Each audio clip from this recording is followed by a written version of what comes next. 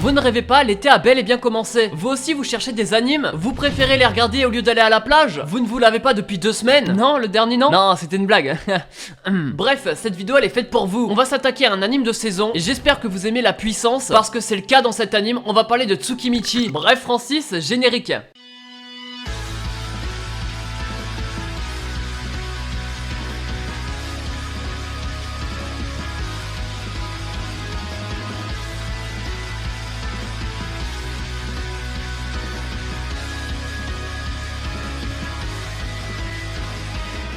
Salut à tous les gens, c'est Archmanga. Aujourd'hui on va parler d'un anime de saison explosif. Si vous le suivez pas, vous allez rater un truc, mais à votre guise. Comme d'habitude, le petit like si t'as aimé, ça fait plaisir et ça aide beaucoup. 7000 likes, est-ce qu'on peut les avoir? Et devine qui est ce personnage. Mettez-le moi en commentaire, mais ne trichez pas. Bref, vous êtes là pour l'anime, c'est parti. Maintenant, let's go. Prout. Tsukimichi, ça parle de quoi? Nous on va suivre l'aventure d'un mec qui s'appelle Makoto. C'était un lycéen, plutôt banal, il était même un peu moche. T'inquiète mon frère, on est ensemble. Et lui va se faire invoquer dans un autre monde en tant que héros. La première personne qu'il va rencontrer, c'est un dieu qui va lui expliquer que ses parents venaient de ce monde-là où il va être invoqué, que ça va devenir un héros surpuissant, etc. Sauf qu'après être arrivé dans l'autre monde, il va faire la rencontre d'une déesse qui va lui retirer presque la totalité de ses pouvoirs parce qu'elle le trouve moche, parce qu'il le dégoûte aussi. Vous avez compris le délire, mais du coup elle va l'envoyer dans le monde. C'est là le premier dieu va revenir et va lui donner une partie de son pouvoir parce qu'il s'est fait un peu chier dessus. Débutera l'histoire de Makoto dans ce nouveau monde, un monde un peu particulier, mais vous allez comprendre. Les épisodes sortent le mercredi, comme ça vous avez l'info. Et dès le premier épisode, on a affaire à un opening, et pas des moindres, chanté par Siudu du titre Gambling. On a là un opening qui spoil, j'ai l'impression. Comme on n'en sait pas beaucoup sur l'anime, comme c'est que le début, j'ai l'impression qu'on a des informations supplémentaires. Mais à part ça, au niveau de l'audio, c'est vraiment bien. En tout cas, perso, j'ai kiffé, c'est plutôt entraînant. Ça me rappelle d'ailleurs une histoire quand j'étais au lycée. Non, on s'en bat les couilles. Je me suis un peu emporté là.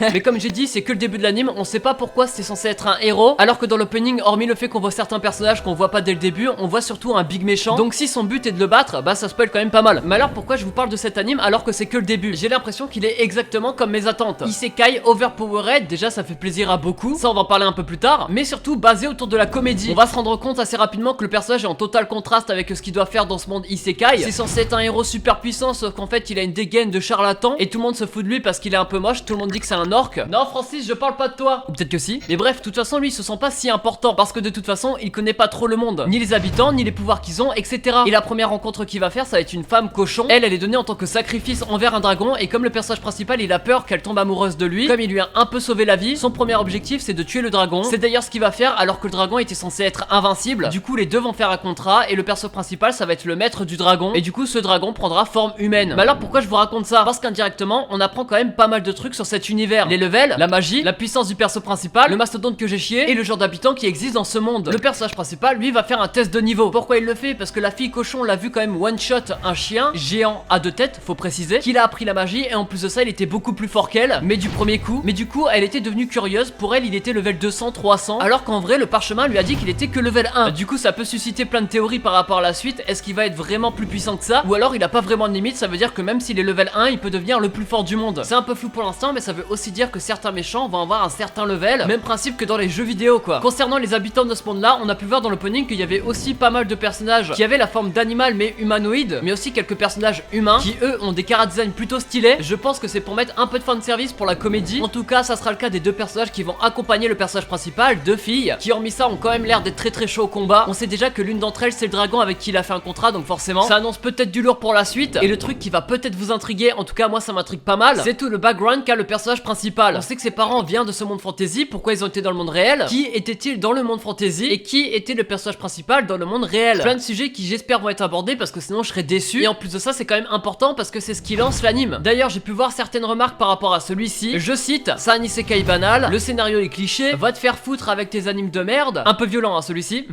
Mais bref, j'avoue que ça a pas l'air d'être un isekai qui va innover le genre. En tout cas avec le trailer plus l'épisode qu'on a plus je ne sais quoi en fait, personnellement je pense qu'on va juste passer un bon moment devant, que justement ça se moque un peu des codes isekai, et du coup faut pas le regarder en mode c'est une masterclass, mais en mode c'est une comédie. Et dès le premier épisode moi j'ai été conquis par ça, j'ai même rigolé, parce que si vous vous attendez à voir To Your Eternity version isekai, c'est que vous avez 2 IQ, et je vous le dis, vous êtes pas sur le bon anime. D'ailleurs dès le début on sait qu'ils se moquent un peu de leur genre. En gros ils montrent toutes les façons les plus clichés qu'il aurait pu rentrer dans l'autre monde, alors que la différence entre les autres animes isekai et lui, c'est que lui il était juste en train de dormir et qu'il y avait rien d'exceptionnel. Bref, personnellement je leur fais confiance et chaque saison je suis quand même un isekai et ça sera celui-ci. Ça s'appelle Tsukimichi, il touche pour genre action, aventure, comédie, drame, fantasy et pour thème autre monde, dieu, déesse, dragon et magie. Comme j'ai dit, les épisodes sortent le mercredi et c'est disponible sur Crunchyroll, alors faites-vous plaisir parce que moi ça me fait plaisir. Bref, c'était Rush Manga, je vous ai parlé d'un anime explosif cette saison. 7000 likes les potes, c'est votre objectif, ça fait plaisir et ça m'aide beaucoup. Et même en commentaire qui est ce personnage, et aussi potentiellement si tu veux que je parle d'un anime de saison particulier. Bref, on se retrouve mercredi ou dimanche, ça dépend de mon humeur. Il y a du très lourd qui arrive, mettez la cloche. Allez les gars, ciao, bye bye. Mouah. Un peu gênant ça.